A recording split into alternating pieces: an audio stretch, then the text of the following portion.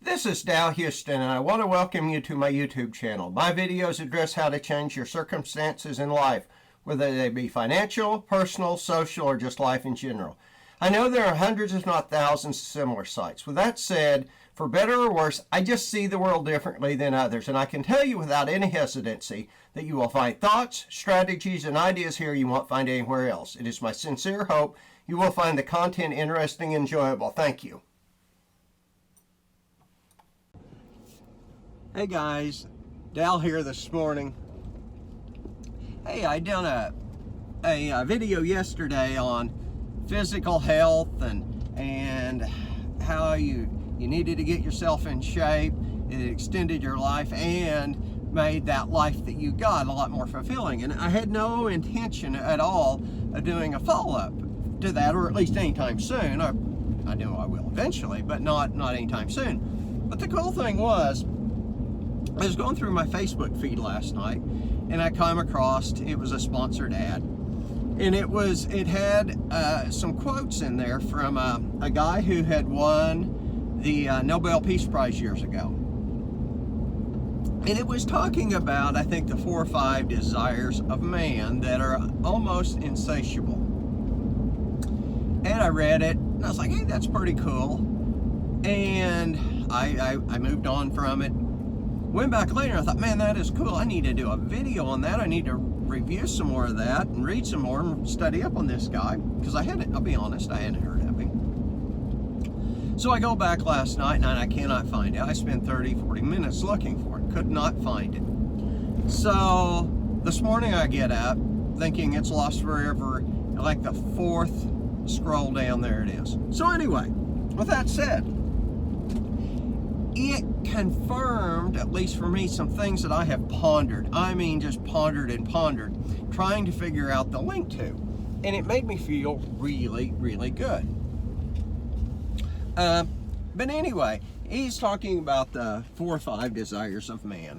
One was for acquisition, one was for power, one for vanity, one for rivalry, and the 4th one was for excitement. And that's what caught my attention. That's what I'm going to talk about today. And obviously this is not a treatise on that book or excitement, how man needs excitement in his life.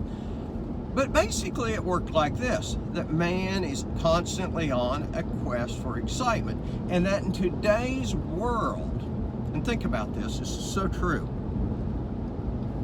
that because of most of our work, for most people, it's become sedentary, or even if you are doing some kind of physical work, so much of it's repetitive, so you're using the same muscle group.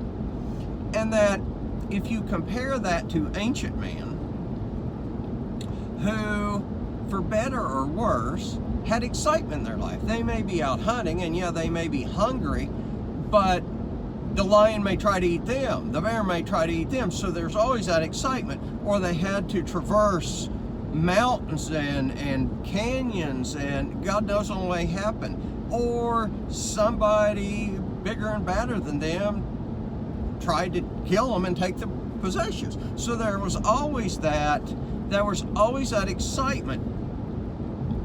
And that as man progressed and evolved, even then our work up until a few years ago required intense physical labor. There was a few lucky ones that didn't, but for most people there was intensive work required.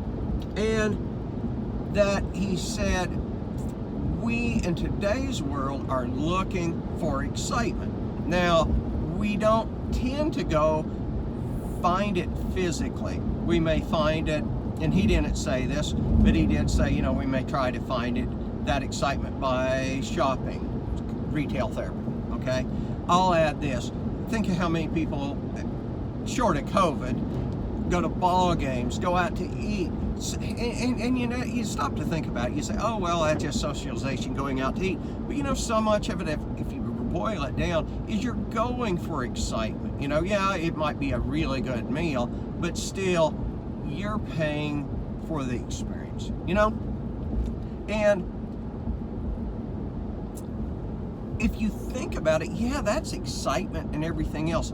But here's the thing that I've struggled with for a long time, and that is still not first-hand physical excitement, the kind that our ancestors had.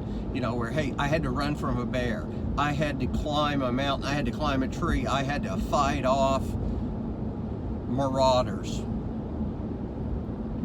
And it's more, today's excitement is more, honestly, it's just like our jobs. It's a sedentary activity. You know, I go to a ball game and I may stand up occasionally and yell if my team's doing good, or boo if they're not, but it's still a sedentary activity. If I go out to eat, it's a sedentary activity. If I go do retail therapy, it is somewhat a sedentary activity.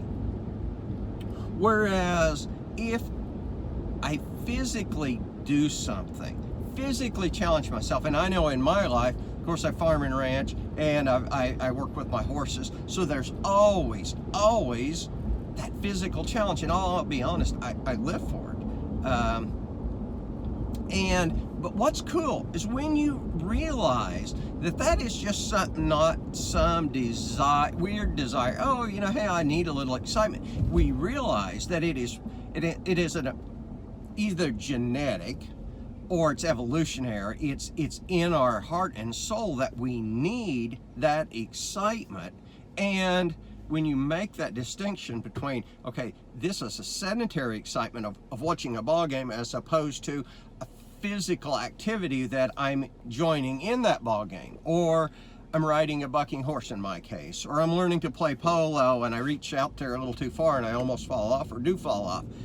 That is a real tangible experience. Or when you work out and you realize, just like I was talking about yesterday, I said, you know, you work out and you realize, yeah, I'm getting in better shape. I'm making my life healthier, and I'm building confidence.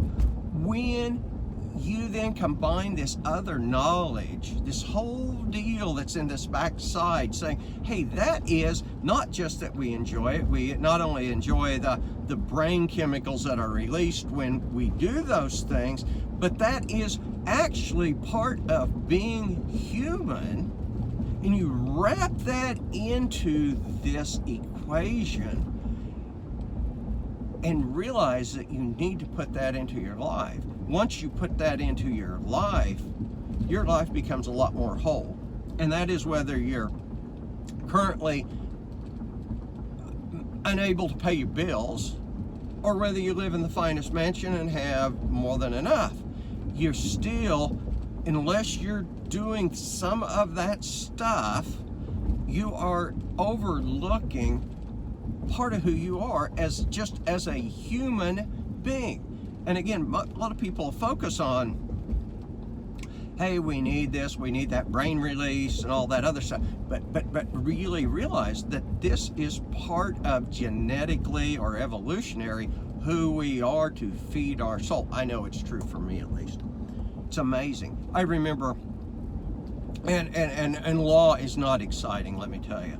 So when I say this, it's understand it, that no law firm I ever worked at, including my own, is very exciting. But years ago, the most boring law firm I ever worked for, one of the partners took me out to lunch one time, and this guy was one of the most boring characters ever, unphysical characters ever. I'm sure he never did anything that gave him much excitement. Anyway, he said, boy, isn't this work exciting and fun? And of course I shook my head yes, because that's what I was supposed to say. But I thought to myself, gee, you have no idea what exciting is. This is just, it's agonizing. So add into your life, understand first that we need this. If you don't have that in your life, add it into your life and understand we need this. Regardless of your income level, your social level, your social life, your professional level, your career, whatever it is, your spiritual life, I don't care. understand that this is part of what we need to make us whole. And when you understand that, incorporate all this in, your life will change.